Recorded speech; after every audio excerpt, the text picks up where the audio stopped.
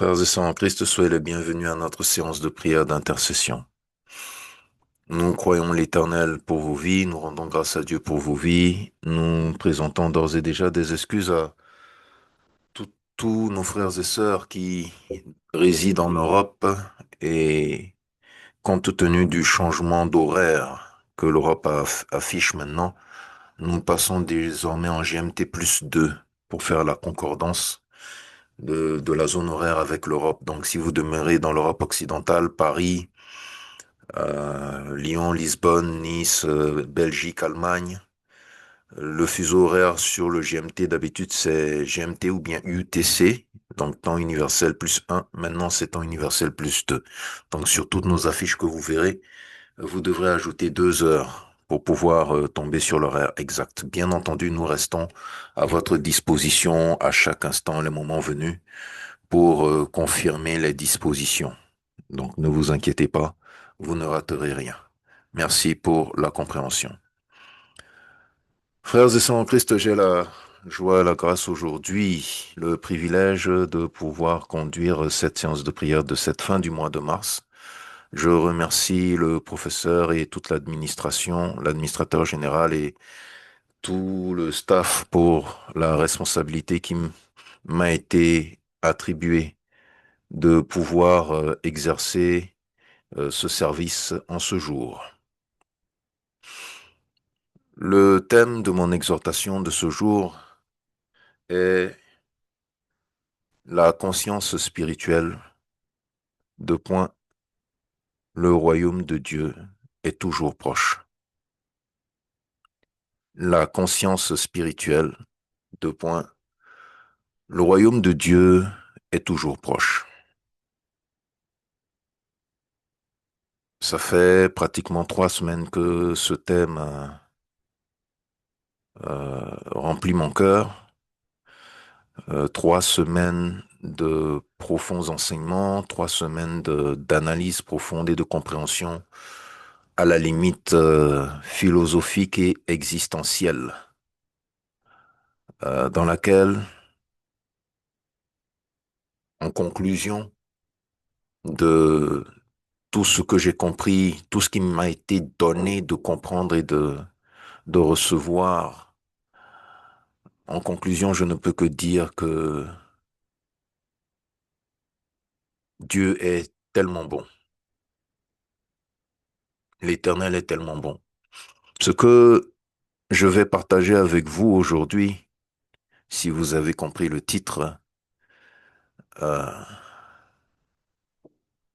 c'est quelque chose, c'est une vérité, c'est un concept pour d'autres, mais c'est une réalité présente dans laquelle nous avons tous grandi et que pour beaucoup, comme moi, nous avions la totale ignorance, sans vouloir, pardon, excusez-moi,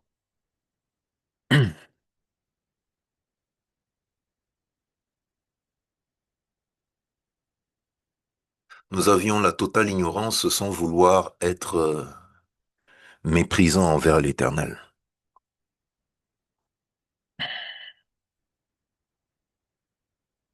Si je vous posais la question aujourd'hui, ou si quelqu'un vous posait la question aujourd'hui, pour vous demander cette fameuse question, qu'est-ce que tu fais dans la vie? Qu'est-ce que tu fais de ta vie? Ça, ce serait une question venant de quelqu'un de plus proche et de plus intime. Mais tout simplement, qu'est-ce que tu fais chaque jour? Le réflexe basique primaire voudrait que nous nous tournions vers nos occupations. Donc notre situation professionnelle.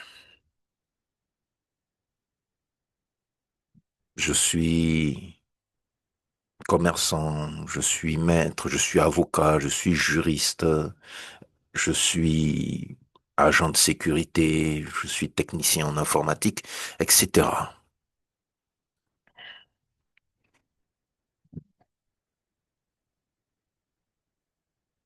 Aujourd'hui, si moi je vous pose cette question et que vous êtes chrétien, tout en étant absent ou présent du groupe spiritualité chrétienne n'est pas vraiment un détail important, mais si aujourd'hui vous m'entendez vous poser cette question,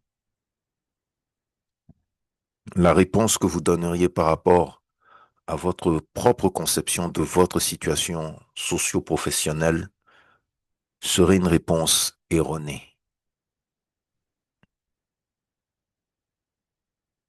Elle serait une réponse erronée.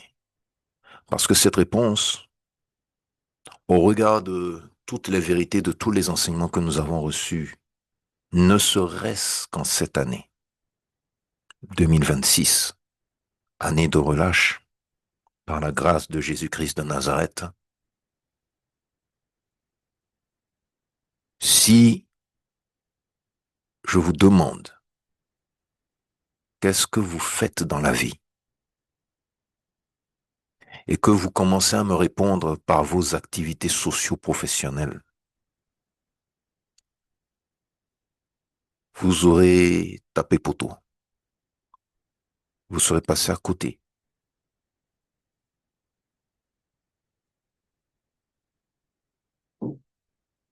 J'essaye d'aller lentement et d'être le plus clair possible pour que nous puissions être sur la même longueur d'onde, pour comprendre le fondement de tout le travail de la spiritualité chrétienne aujourd'hui, parce que tout ce que nous faisons dans la spiritualité chrétienne aujourd'hui repose sur la compréhension de ce thème.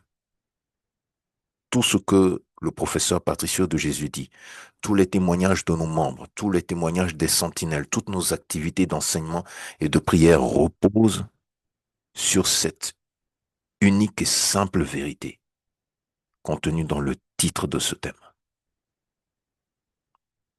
Répondre à la question qu'est-ce que vous faites dans la vie en parlant de votre métier, de votre carrière, de vos entreprises, implique que vous êtes conscient de votre chair. Vous êtes alors dans une conscience charnelle. Vous êtes alors dans une conscience charnelle. Est-ce votre faute? D'un certain point de vue, oui. D'un autre, non.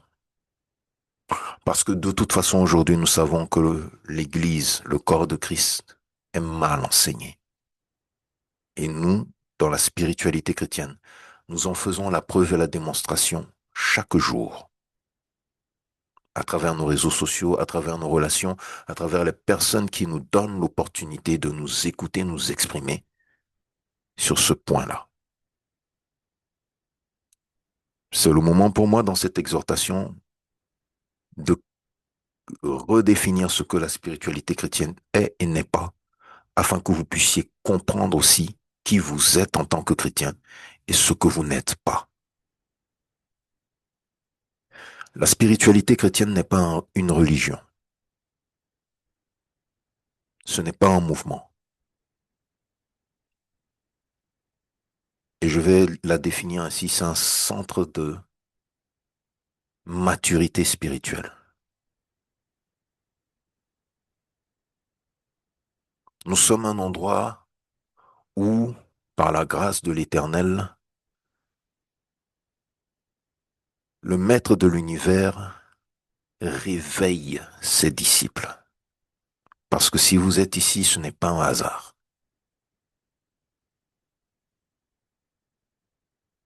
Il réveille ses disciples. Il ouvre les yeux à ses serviteurs. Il rassemble son armée qu'il a envoyée sur terre.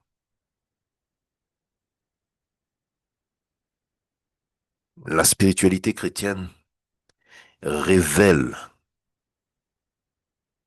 les mécanismes spirituels de Jésus-Christ de Nazareth, contenus dans la parole de Dieu, les fondements de l'activité de l'Éternel en tant qu'esprit vis-à-vis de l'humanité en tant que âme.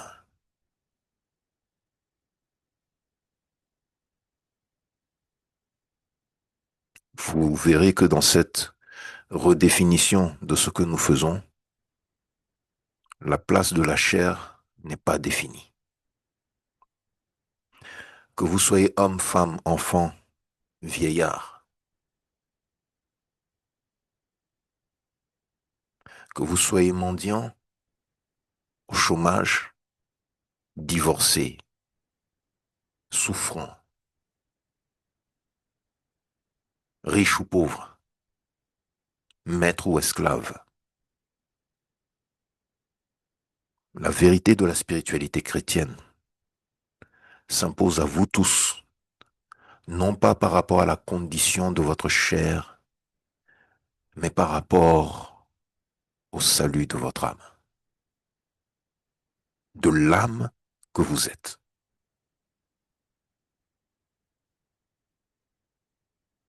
Si nous dévions de la conception spirituelle de la chrétienté, nous tombons dans la religion. Et cela n'arrivera jamais ici. Soyez-en rassurés. Cela n'arrivera jamais ici. Le but de mon exhortation d'aujourd'hui est de partager avec vous ce dont le Saint-Esprit, parce que je sais que moi je suis trop bête pour comprendre ces choses de moi-même, m'a arrosé durant 3 semaines. Nous allons faire ainsi. Nous allons lire la parole, nous allons lire une certaine catégorie de versets.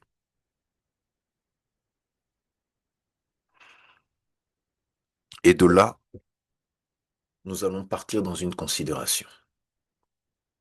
Le premier verset, c'est dans l'Évangile selon Matthieu au chapitre 11, à partir du verset 3. Le contexte historique, c'est que les disciples de Jean-Baptiste ont été envoyés par leur maître vers Jésus-Christ de Nazareth, le Messie, pour s'assurer qu'il est vraiment celui pour qui Jean-Baptiste devait crier dans le désert, tracer une voie.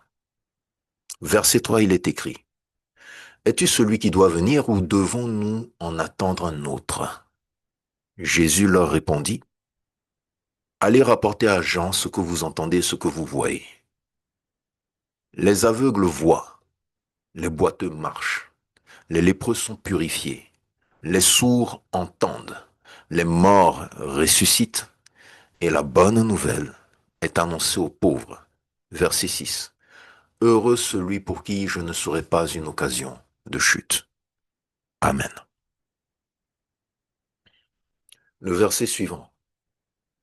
Marc, Évangile selon Marc, chapitre 1, verset 15. Il est écrit.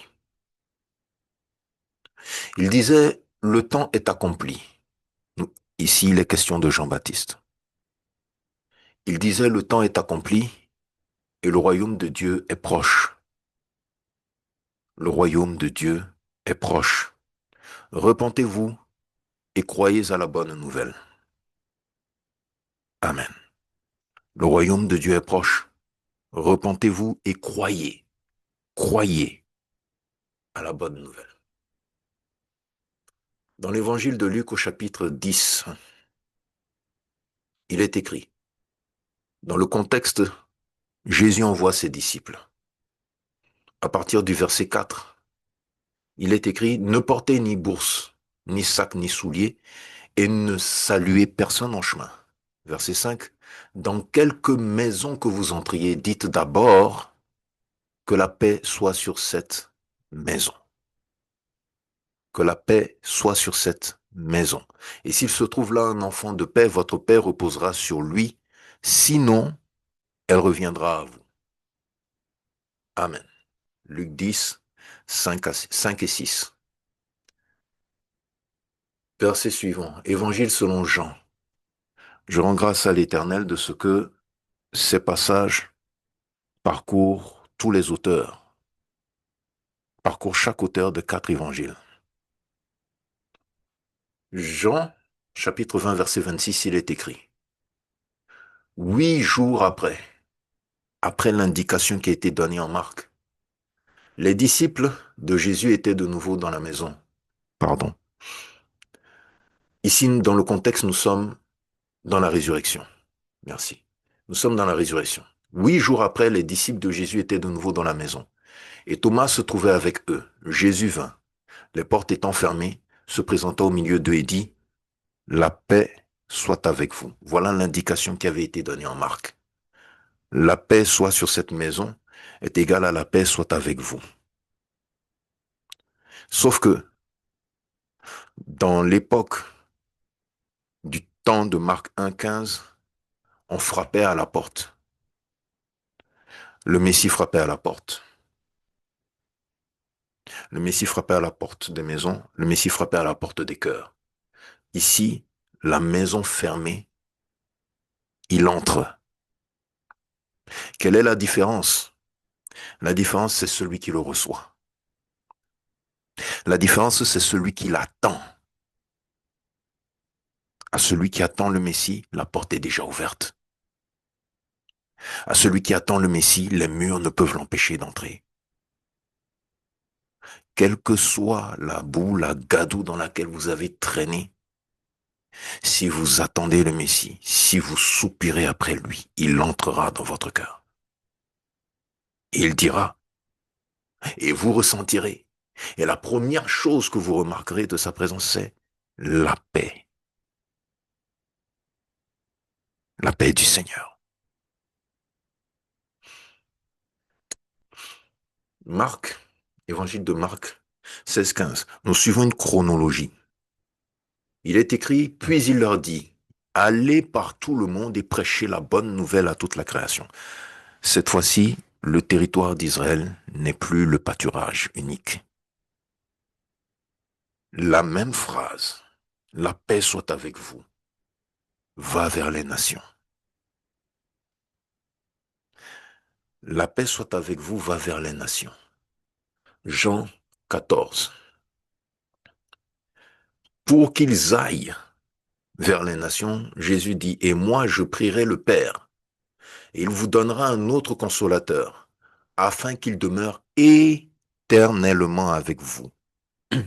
Avant, avant même que nous goûtions à la vie éternelle, le consolateur, l'esprit de vérité, demeure éternellement avec ceux qui confessent le Messie, afin qu'il demeure éternellement avec vous, l'esprit de vérité que le monde ne peut recevoir, parce qu'il ne le voit point et ne le connaît point.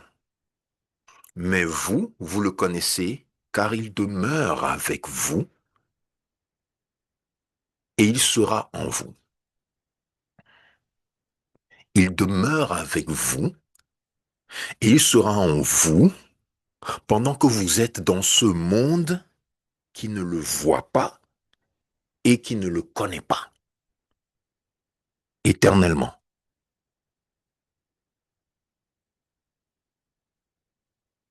En Matthieu 28-20, il est écrit, et enseignez-leur à qui? Tous ceux vers qui vous irez, des nations aux quatre coins de la terre, à qui vous direz, la paix soit avec vous. Enseignez-leur à observer tout ce que je vous ai prescrit. Prescrit, synonyme. Ordonné, indiqué, enseigné. Et voici, je suis le Christ ressuscité. Je suis le Christ ressuscité des morts. Je suis avec vous tous les jours. Tous les jours. Jusqu'à la fin du monde. Amen.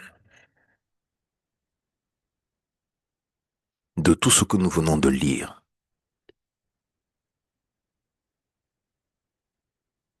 quelle est la place de la chair? De tout ce que nous venons de lire, Est-ce que vous voyez le fil conducteur? Jean-Baptiste annonçait, le royaume de Dieu est proche. Cette phrase suit tous les disciples partout où ils vont. Mais quand ils frappent à la porte et qu'ils entrent dans une maison, ils commencent par la paix soit avec vous. La manifestation du royaume de Dieu commence par apporter la paix. Là où il y a le trouble, là où il y a les soucis, là où il y a le chaos, là où il y a la disharmonie, donc les disputes, là où il y a les tensions.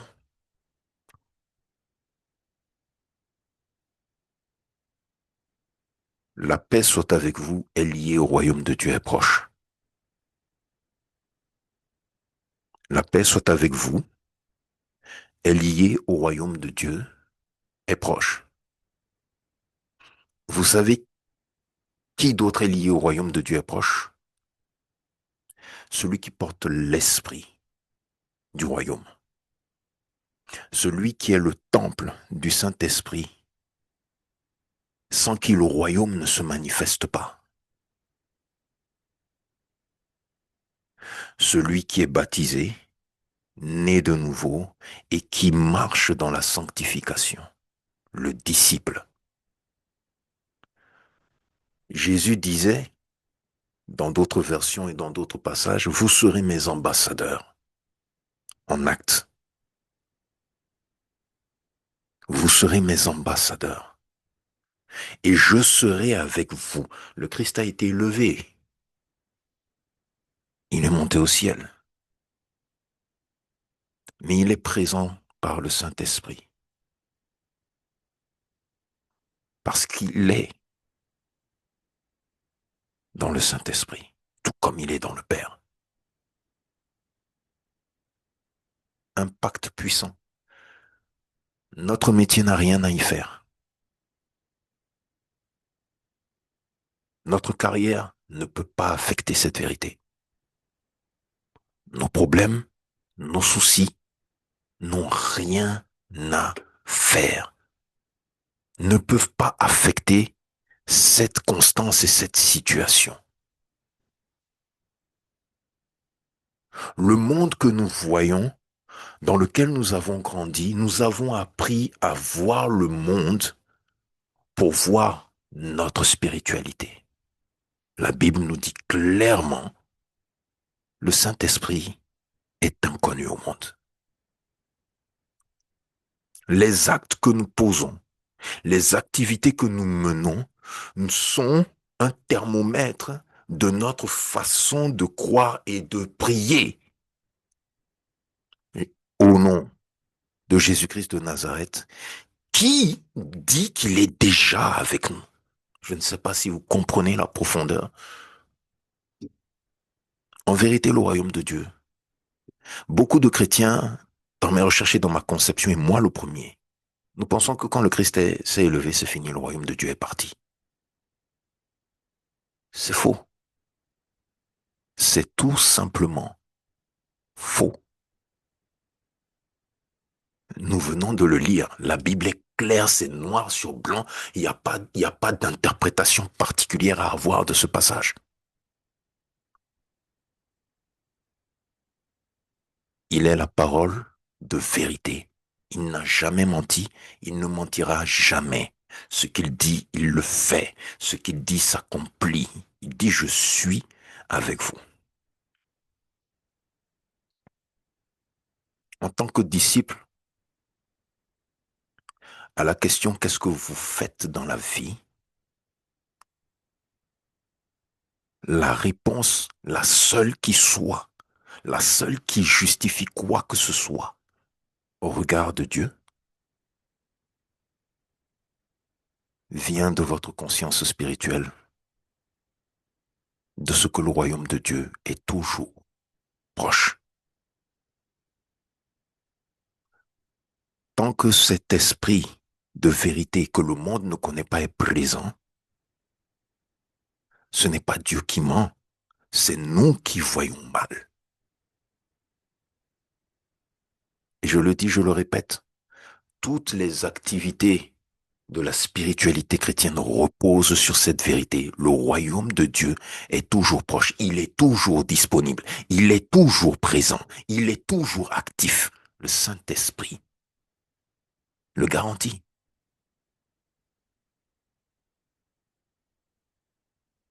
Nous ne sommes pas notre métier,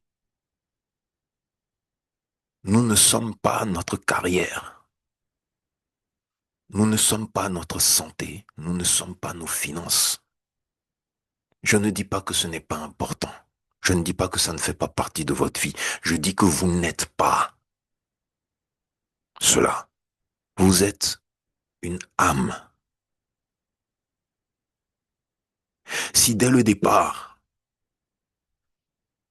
depuis Genèse 3:15, au moins, au plus proche, ou depuis Genèse 1:20, au plus lointain,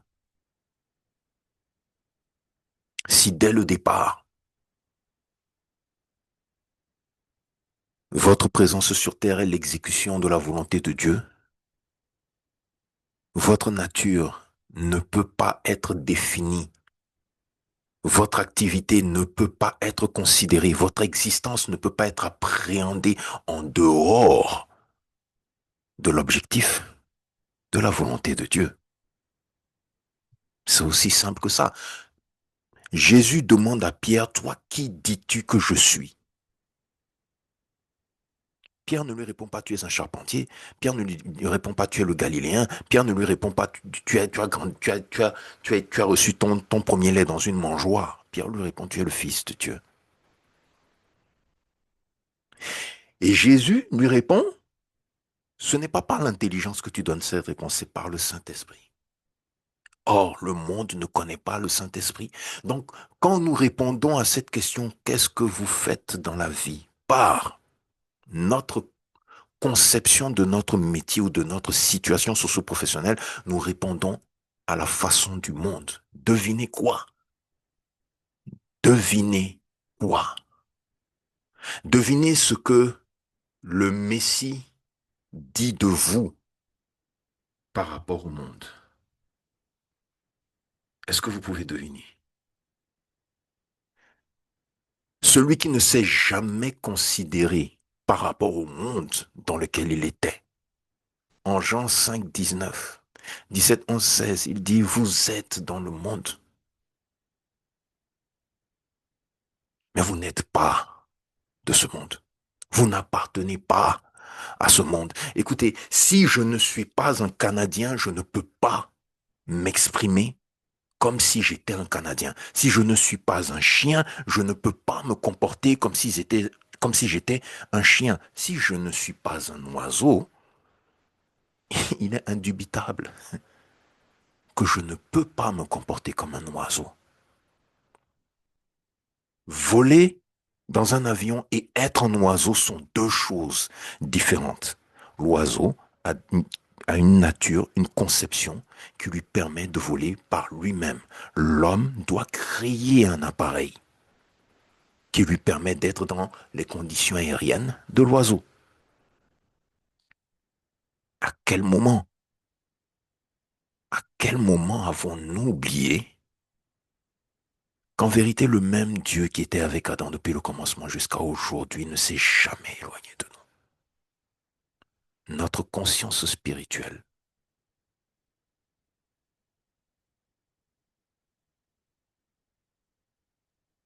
si nous baignons dans l'ignorance, dans le mépris, dans l'insouciance de notre conscience spirituelle, nous ne pouvons pas, quel que soit le nombre de prières que nous ferons, embrasser, sentir, communier dans le royaume de Dieu qui est proche. Et donc, cela nous ramène au commencement. Au premier verset, c'est une boucle. Nous ne verrons pas les aveugles voir. Nous ne verrons pas les boiteux marcher. Nous ne verrons pas les lépreux être purifiés. Nous ne verrons pas les sourds entendre. Nous ne verrons pas les morts ressusciter. Qu'en sera-t-il alors de la bonne nouvelle? Elle entrera dans une oreille et sortira de l'autre. Et c'est ce qui se passe. Les chauffeurs de banc, comme je les appelle, ce n'est pas pour les insulter. J'assume cette expression. Ce n'est pas pour les insulter. Je dis un fait. Aller à l'église. Moi-même, à un moment, j'ai été comme ça. Donc, ne considérez pas que c'est une insulte. C'est un fait qui est alarmant. Se lever chaque matin, se mettre sur son 21, se remplir de parfums, arriver à l'église, voir les gens bien habillés, se sourire, se saluer, écouter l'homélie, écouter le pasteur vociférer, crier dans les oreilles, comme si la force de sa voix briserait les murs de notre mental. Parce qu'il veut nous réveiller vers quelque chose.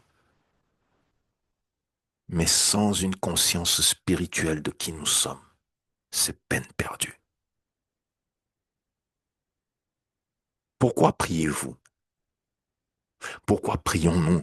Pourquoi servons-nous Dieu si nous n'avons pas conscience que nous sommes enfants de Dieu? L'enfant de Dieu sait que son Père n'est pas loin. Et c'est pour ça que si cette conscience nous manque, même dans l'année de relâche, nous ferons les mauvaises prières.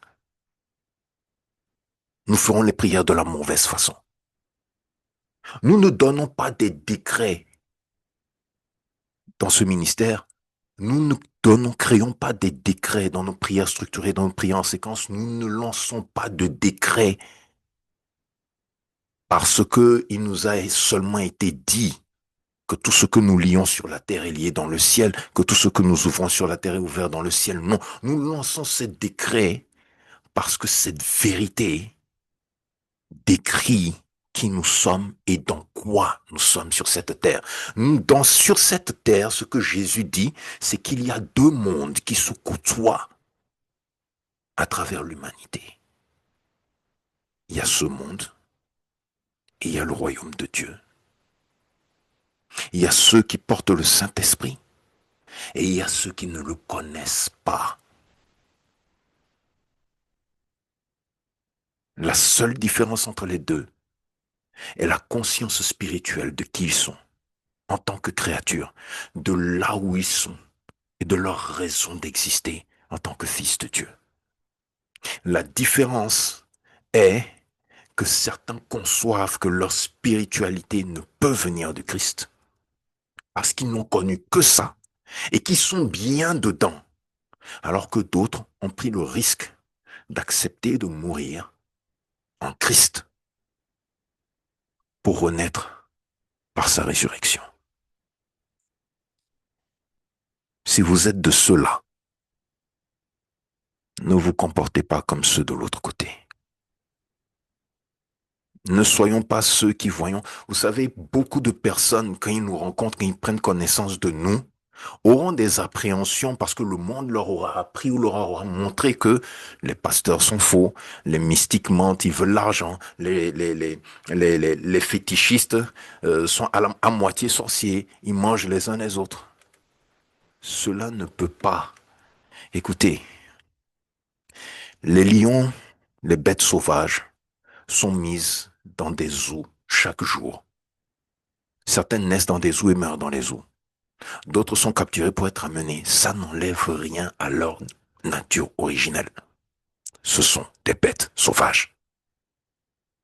Dompter un lion ne fait pas d'un lion un animal domestique. Ça fait de lui une bête sauvage dans une maison. C'est tout. Le Fils de Dieu ne peut pas se comporter comme si son Père était loin. Sans cette conscience spirituelle, nos adorations sont vaines. Notre foi vacille. Parce que dès qu'un problème vient, comme le monde, comme les gens du monde, on va chercher des astuces. On va se demander, c'est moi qui prie mal ou quoi. La conception est erronée. Vous ne pouvez pas être jugé par quelqu'un du monde sur la conception de ce qu'il pense être de la chrétienté parce qu'il ne connaît pas le Saint-Esprit. Il ne le connaît pas.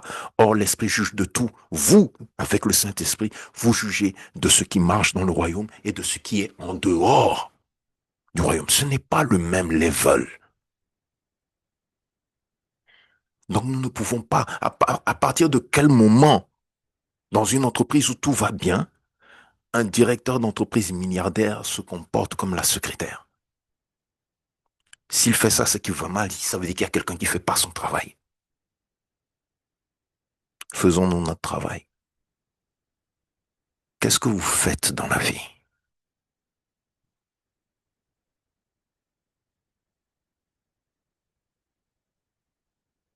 Cette question m'a été posée à la fin.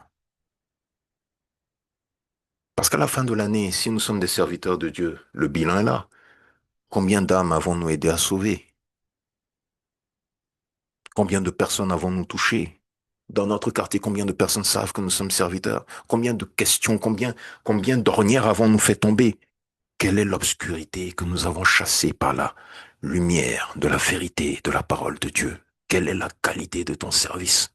Est-ce que le Père, chaque jour quand nous nous réveillons, peut nous dire, ou chaque soir quand nous allons fermer les yeux, peut nous dire, serviteur fidèle et bienveillant, tu as été fidèle en tout ce que je t'ai confié cette journée, je te confie d'autres choses demain. Notre métier gagne combien d'âmes à Dieu? Parce que frères et sœurs, le royaume de Dieu est réel. C'est une réalité. Notre santé fait gagner combien d'âmes à Dieu? Quand nous avons la guérison, pas de témoignage, personne. N'amenons pas Dieu à nous mettre dans les situations qui nous obligent à prier d'abord. C'est une correction en fait, c'est pas une bénédiction, c'est une correction. C'est ce que ça veut dire le royaume de Dieu est proche.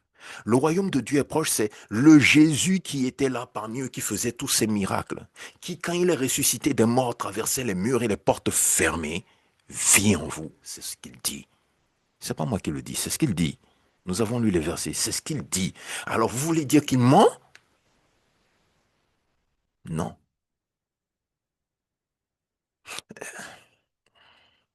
non, il ne ment pas. Le royaume de Dieu est toujours proche. Si l'esprit par lequel le royaume de Dieu se manifeste vit en nous, nous sommes une porte du royaume de Dieu. Dans ce monde sombre, dans ce monde ténébreux, difficile, nous sommes une porte de paix.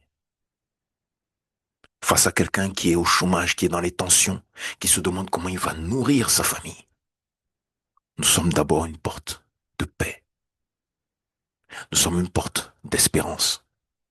Combien de personnes savent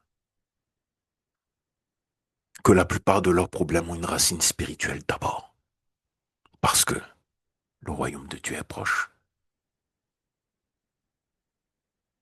Notre monde, les problèmes de l'humanité au moment où Jésus était là n'ont pas changé.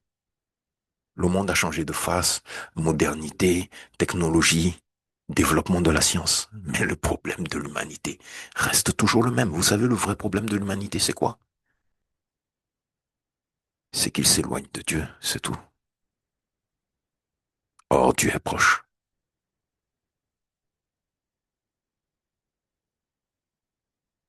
Je ne sais pas. J'espère que ce partage vous aidera à entrer dans cette réalité, surtout pour vous qui avez commencé le processus de délivrance par vos aveux, ça vous permettra d'entrer dans cette réalité où vous comprendrez qu'en fait, c'est parce que le règne de Jésus-Christ de Nazareth est réel que vous vivez certaines choses. Ce n'est pas parce que Dieu vous a abandonné que vous les subissez, c'est parce que vous cherchez Dieu que votre monde change. Vous êtes en train de shifter. J'aime bien cette expression anglaise qui veut dire changer du tout au tout. Vous êtes en train de switcher d'une façon de vivre à une autre, d'une façon d'être à une autre, de votre conscience charnelle à votre conscience spirituelle. Que l'Éternel vous donne de tirer profit de ceci comme cela est nécessaire. Parce que, je le dis, je le répète, tout ce que nous faisons dans ce ministère repose sur cette vérité. Je pourrais prendre des heures à en parler, ça ne changera rien.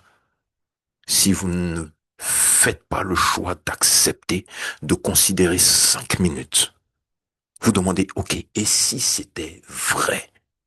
Qu'est-ce que ça implique? Chaque matin quand je me réveille, à quoi je devrais penser en premier, au lieu de penser à ma journée qui va défiler? Chaque soir quand je me couche, avec quelle pensée je devrais monter sur le lit, plutôt que d'emporter mes soucis? Parce que si le royaume de Dieu est proche, il n'y a rien que vous traversiez qui n'a déjà de solution.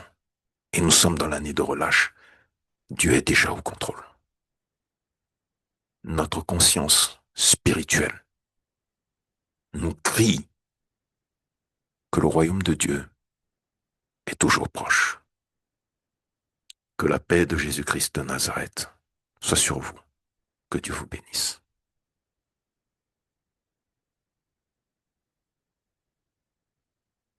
Merci Seigneur.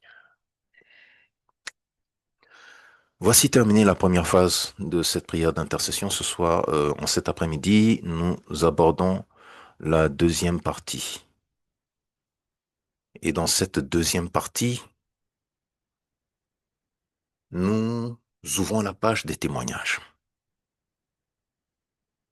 Le témoignage, c'est une expression de gratitude et de foi.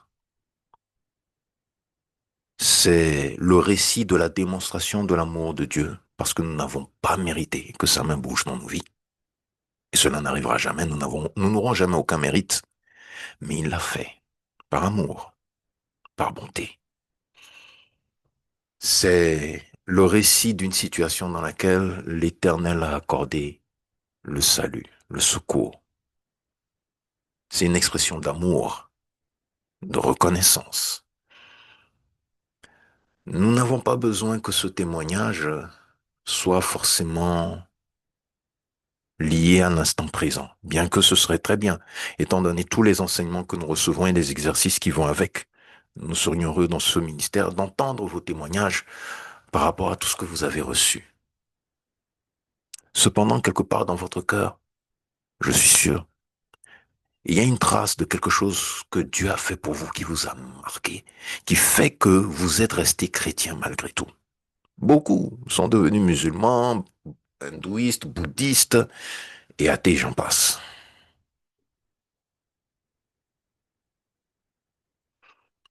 Nous sommes prêts à écouter l'expression de votre conscience spirituelle. Et pour ce faire, le micro est ouvert. Vous pouvez activer votre micro, demander la parole. Je vous l'accorderai par ordre de manifestation. Soyez concis, précis. Et sinon, vous pouvez utiliser l'option de Zoom, lever la main. Le micro est ouvert. Qui a un témoignage, s'il vous plaît. Le témoignage est aussi un enseignement. C'est une édification. La force du témoignage, c'est de savoir que c'est un être vivant qui parle de la puissance de Dieu manifestée dans sa vie. Et ça confesse que le royaume de Dieu est toujours proche. Nous sommes toujours dans la grâce de la présence de Jésus. Jésus-Christ de Nazareth ressuscité. Donc n'hésitez pas. Frère Do, vous avez la parole, s'il vous plaît.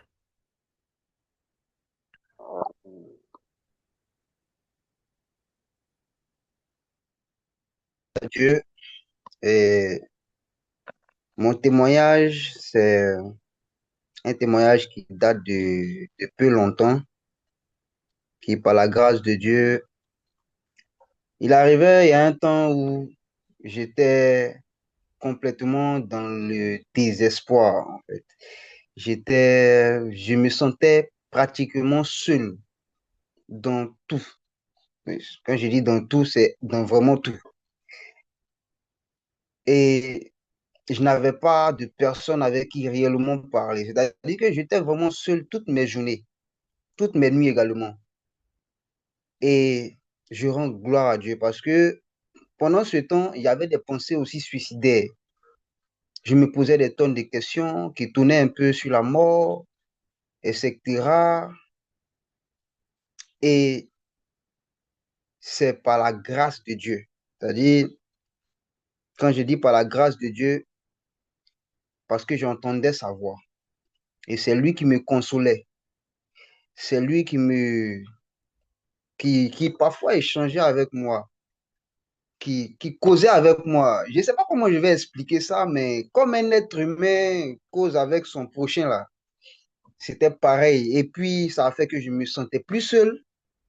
Les pensées suicidaires ont commencé à partir. J'ai commencé à retrouver pratiquement le bonheur et la joie de vivre. Cela faisait que chaque jour, même jusqu'à présent, la joie, c'est devenu mon partage. C'est-à-dire, je suis toujours heureux, quelle que soit la situation. Je me dis toujours que la solution est déjà là. J'ai pas besoin de, je sais pas comment je peux dire ça, mais j'ai pas besoin de faire un tas de plats ou bien me soucier des choses. Je sais que la solution est déjà là. Tout ce que je peux faire, c'est de lui demander, c'est tout, parce que je sais qu'il est là. Et je rends gloire à Dieu de m'avoir vraiment, d'avoir été un ami et d'être toujours un ami pour moi pendant tous les moments de déception, pendant tous les moments où j'ai vraiment, pendant tout ce qui pouvait m'emmener à la mort ou à faire quelque chose qui ne soit pas à sa place. Cela est mon premier témoignage. Maintenant, mon second témoignage, ça date de pas trop longtemps. J'ai fait un rêve où j'ai dit que je suis en train de travailler sur un projet. Et le rêve que j'ai fait, c'était concernant ce projet.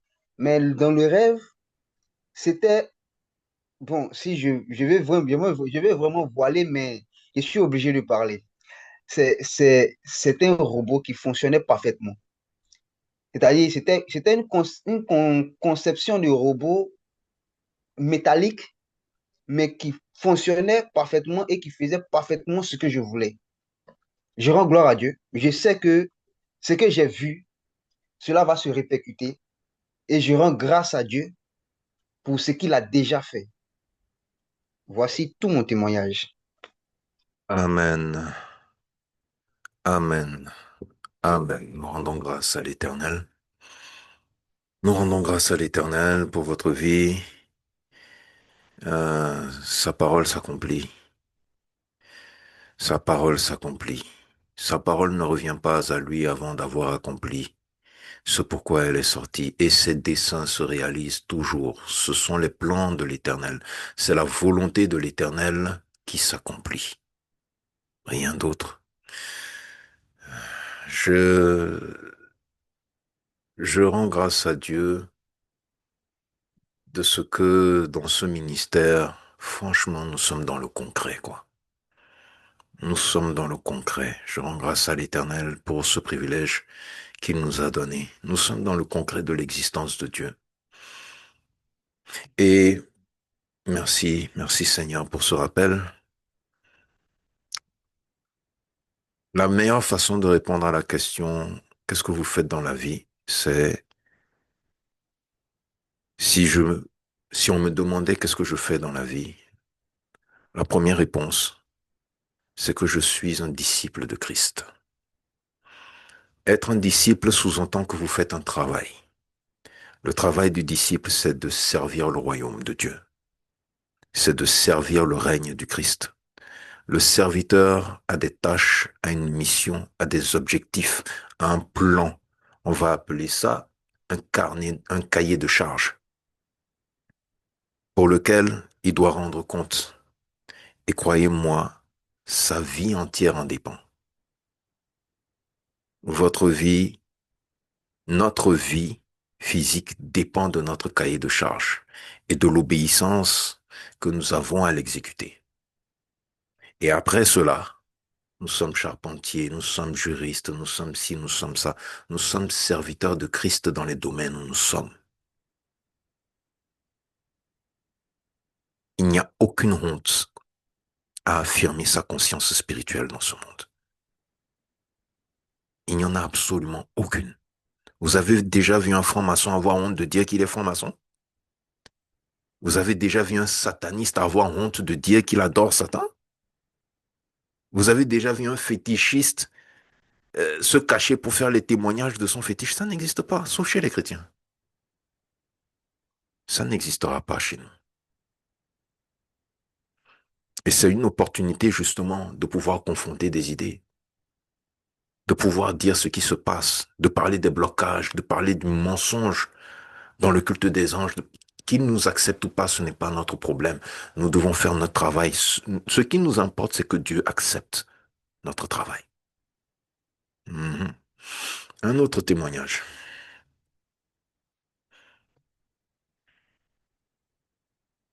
Si vous arrivez à capter, à concevoir le monde, pas selon votre chair, mais selon l'âme que vous êtes, vous allez vite évoluer dans la spiritualité chrétienne. Si je devais faire ce témoignage, il serait trop long pour l'instant. Mais la chose que j'ai apprise chez le professeur Patricio de Jésus, sans qu'il ne me l'ait enseigné, sans qu'il me prenne par la main, c'est de toujours voir la vie de façon spirituelle d'abord. Ça implique que vous avez une conception que les autres n'ont pas. Et pour beaucoup d'entre nous, c'est la différence qu'il y a entre nous et lui.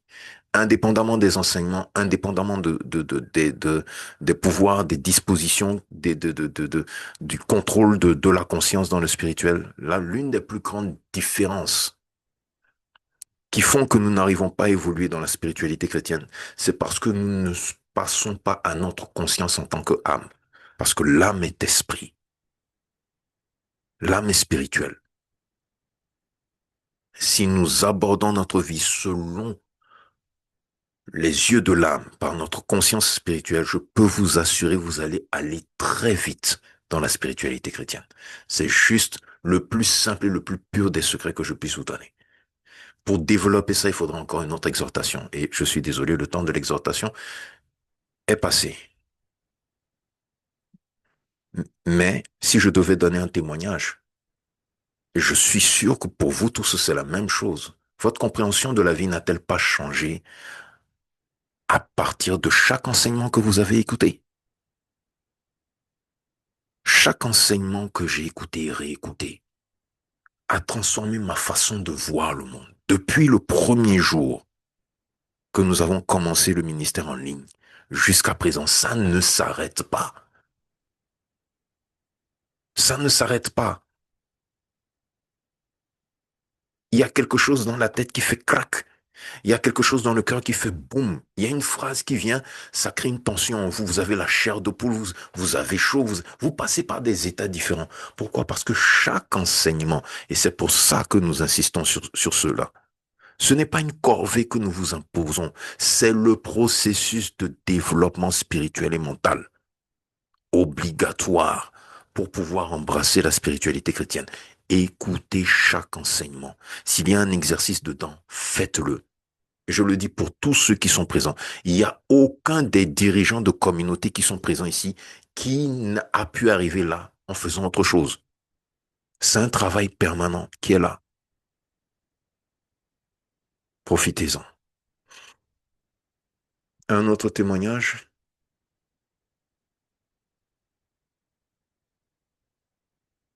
Oui, frère Yokoli, vous avez la parole.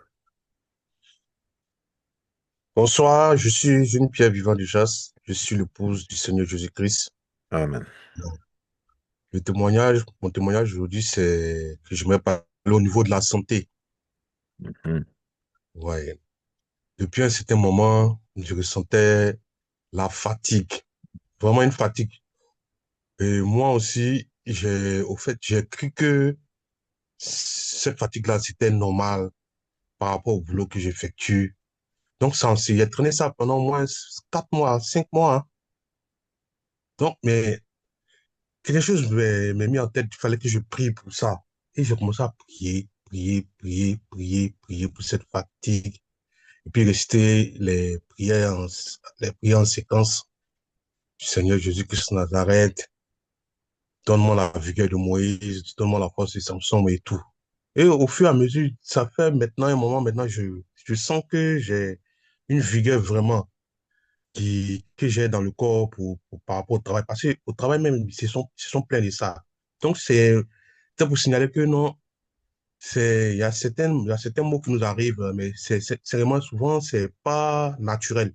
C'est souvent les démons qui agissent à travers ça. Et ce mal qu'il y avait là, c'était pas naturel. Et que dans ma conscience, j'avais d'abord cru que c'était naturel, mais à force de prier et tout, j'ai vu que non, actuellement, c'est passé actuellement. Je sens la vigueur, je sens même une vigueur même lorsque je travaille. Je sens que c'est comme si, je sais pas comment expliquer, mais je reprends, je suis en train de devenir encore plus jeune au fur et à mesure. Parce que ce mal-là, c'est lorsque j'arrive au travail, que je suis faible, c'est-à-dire j'ai cette fatigue-là. Donc, c'était pour rendre gloire à Dieu, le remercier pour tout ce qu'il a fait pour moi. Amen. Amen. À la gloire de Dieu. Nous rendons grâce à Dieu pour la santé retrouvée. Et quand nos frères et sœurs font leur témoignage, c'est l'opportunité pour nous de déclarer, Éternel, tel que tu le fais pour lui ou pour elle, merci de le faire pour moi. Ne restez pas muets dans les témoignages. Quand vous entendez les témoignages de nos frères et sœurs, même du professeur, il dit, Seigneur, si tu as ouvert cette porte pour lui, merci d'ouvrir cette porte pour moi. Merci de le réaliser pour moi. Merci de m'amener à comprendre ça. Merci de m'amener à vivre ta grâce. C'est très important. Frère Hervé, vous avez la parole, s'il vous plaît.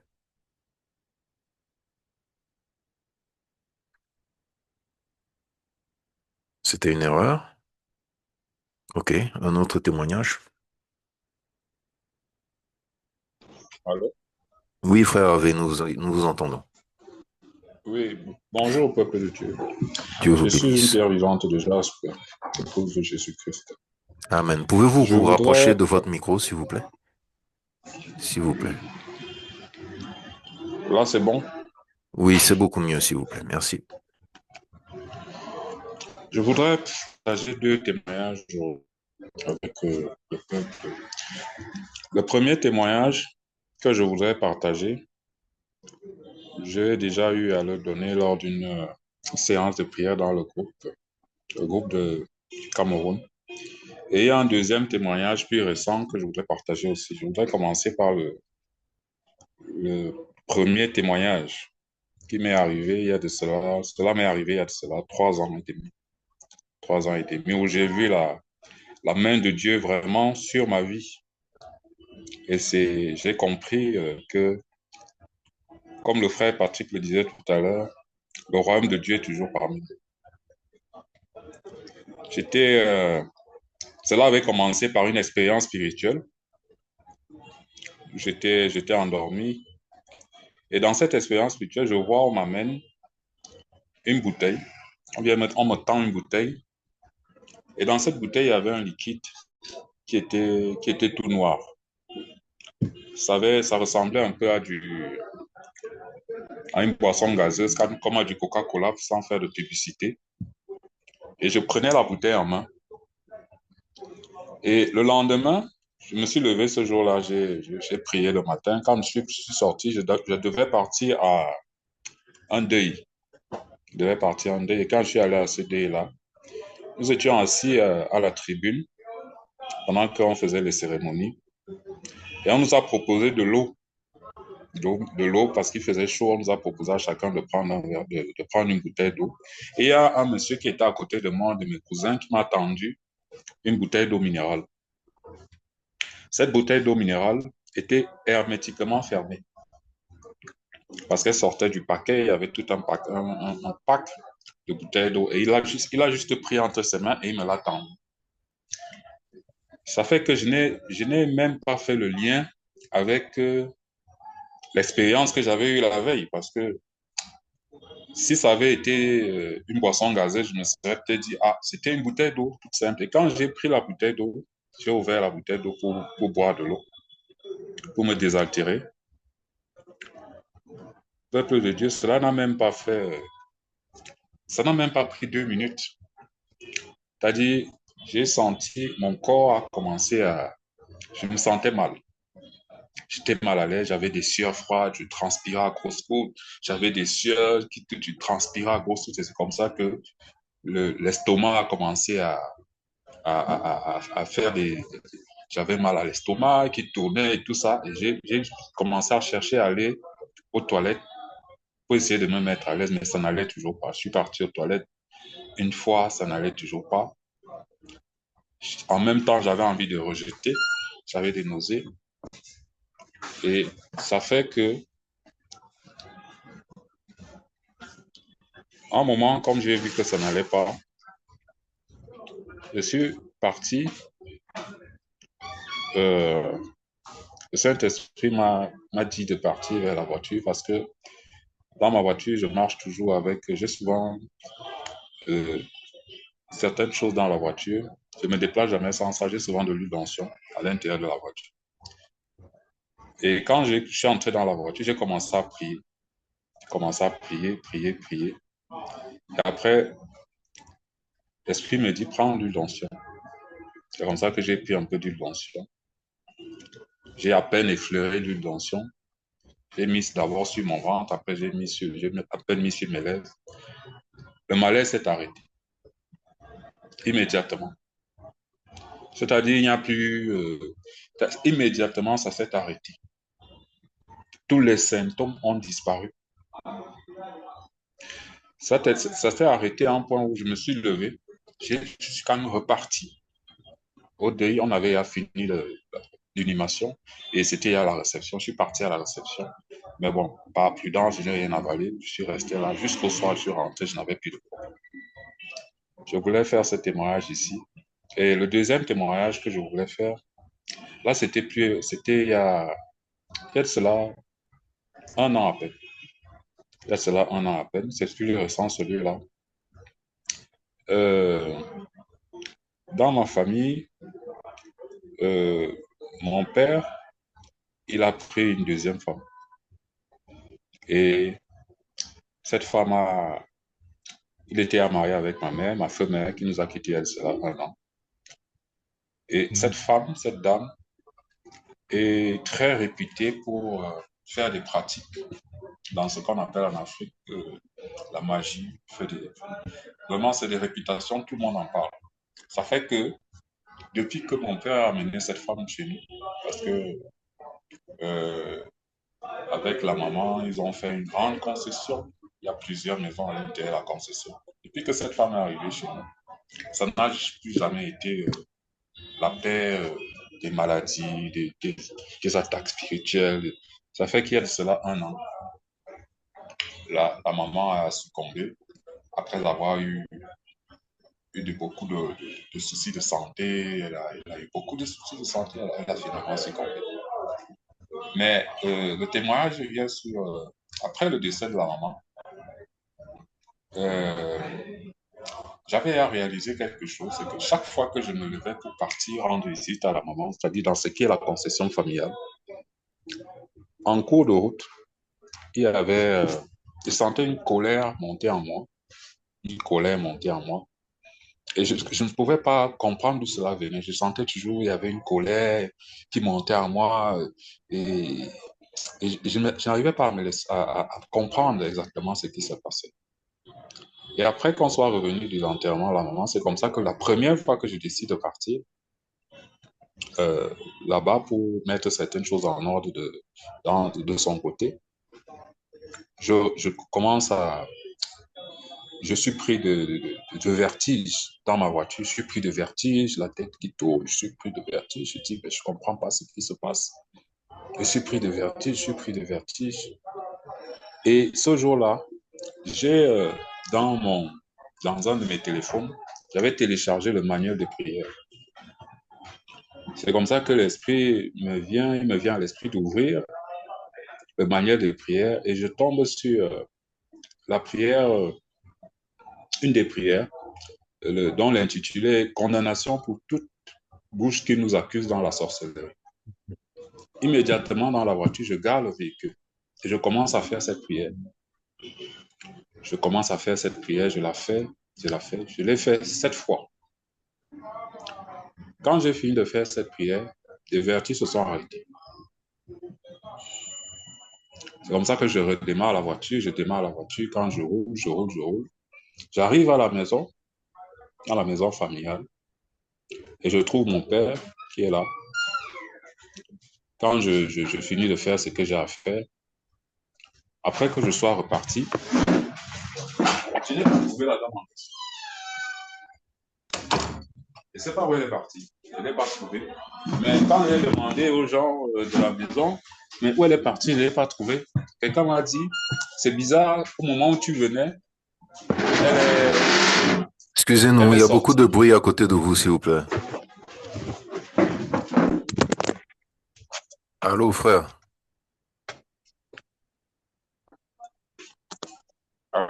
Allô, frère, oui? Oui, excusez-moi, je me suis fermé la porte. Au moment où je discute avec le gardien, il me dit c'est bizarre, à peine, quand avant que vous arriviez, on l'a vu sortir, elle est sortie. Je dis, ah, peut-être qu'elle avait des courses à faire. Moi, je finis de faire ce que j'ai à faire et je m'en vais. Et quand je rentre, on m'explique que après que tu sois rentré, là, elle est revenue. Et c'est dans la soirée, quand j'étais chez moi en train de prier, que je me rappelle en fait de toute la journée de ce qui s'est passé. Et je me dis, est-ce que la prière que j'ai faite avait un lien avec le fait qu'elle soit partie? Et je voulais faire ce témoignage parce que il y a des petites manifestations comme ça que le Seigneur nous donne. J'ai compris ce jour-là qu'en fait, nous ne connaissons pas véritablement, nous ne mesurons pas la puissance que nous invoquons parfois. C'est-à-dire, nous ne connaissons pas le Dieu que nous servons. Nous ne connaissons pas le Dieu que nous servons. Il nous donne des petits indices comme ça. Vraiment, ce jour, surtout ce qui s'est passé dans cette voiture, où moi, je fais ma prière, immédiatement, je dis, tous les symptômes que je commençais à ressentir, maux de tête, machin et tout ça, ça s'est arrêté immédiatement. Immédiatement, ça s'est arrêté. Et ce jour-là, je suis parti là-bas. Je n'avais pas cette colère qui est souvent en moi. Quand j'y vais, je ressentais, j'étais apaisé. J'étais apaisé complètement. Jusqu'à mon départ, tout s'est bien passé. Je suis quitté et je suis rentré chez moi. Donc, je voulais faire ces deux témoignages. Excusez-moi si j'ai été un peu long, frère Patrick. Nous rendons grâce à Dieu pour votre vie. Je vous dirai tout de suite que c'est un rapport. Il faut croire que c'est un rapport. Il faut croire que la prière a eu de l'effet parce que Dieu agit toujours sur les personnes concernées. Si vous vous êtes senti comme ça et que les effets se sont arrêtés, la personne qui a fait que vous vous sentiez comme ça doit sortir. Voilà. Il faut d'abord croire que c'est Dieu qui fait, avant que Dieu vous dise je n'étais pas dedans. Parce que c'est lui que vous avez invoqué au nom de Jésus-Christ de Nazareth. Donc croyez que le résultat vient de lui. Que Dieu vous bénisse, frère Hervé. Merci beaucoup pour ce témoignage. Comme je le disais, nous sommes dans le concret. Nous sommes dans le concret. Nous sommes dans le concret. Et des témoignages comme ça, huile d'onction qui annule empoisonnement, c'est pas la première fois. Le professeur a survécu à des empoisonnements. Nous sommes dans le concret. Gloire à l'Éternel, gloire à l'Éternel. Un autre témoignage.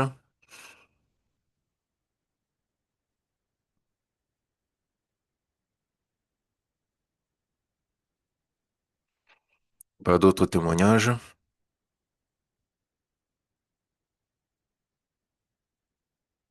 Ok.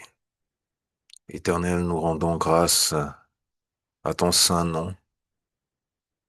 Merci de t'être glorifié dans la vie de nos frères et sœurs et merci aussi de nous rendre disponibles, Éternel, les mêmes grâces dans nos vies de chaque jour. Au nom de Jésus-Christ de Nazareth. Amen.